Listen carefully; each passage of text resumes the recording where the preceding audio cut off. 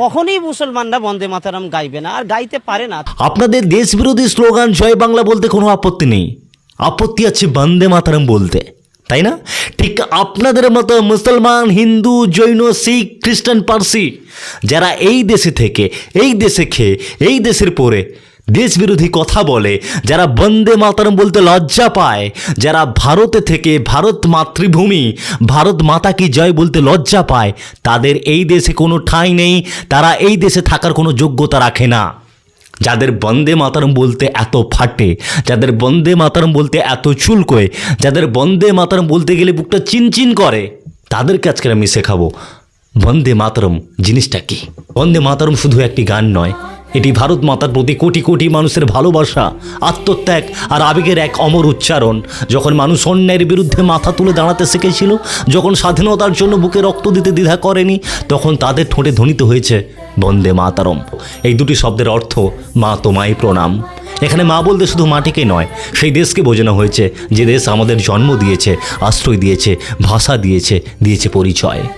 বন্দে মাতারম শুনলেই যেন চোখের সামনে ভেসে ওঠে সবুজ ধানের ক্ষেত, নদীর কলতান, শহীদের রক্তে রাঙানো ইতিহাস আর অসংখ্য বিপ্লবীর আত্মত্যাগ।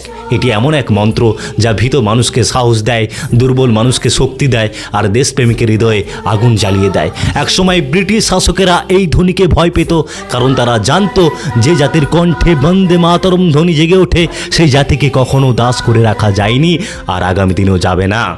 বন্দে মাতারম মানে শুধু স্লোগান নয়, এটি মায়ের প্রতি সন্তানের অটুট ভালোবাসা, এটি আত্মসম্মানের প্রতীক, এটি দেশের জন্য বাঁচার এবং প্রয়োজনে দেশের জন্য মৃত্যুকে হাসি মুখে বরণ করার শপথ। বন্দে মাতারম এই শব্দ শুধু উচ্চারণ নয়, এটি প্রতিটি ভারতবাসীর হৃদয়ের স্পন্দন।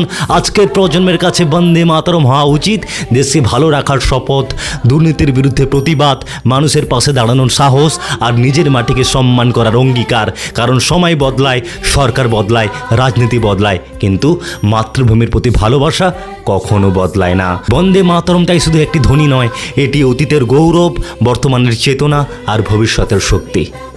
যাদের বন্দে মাতারম বলতে বুকটা চিনচিন করে ওঠে, তাদেরকে আবারও বলে রাখি, ধর্ম বর্ণ নির্বিশেষে আপনি যেই হতে পারেন না কেন, আপনার এদেশে কোনো থাকার যোগ্যতা নেই, আপনার এদেশে কোনো ঠাঁই নেই।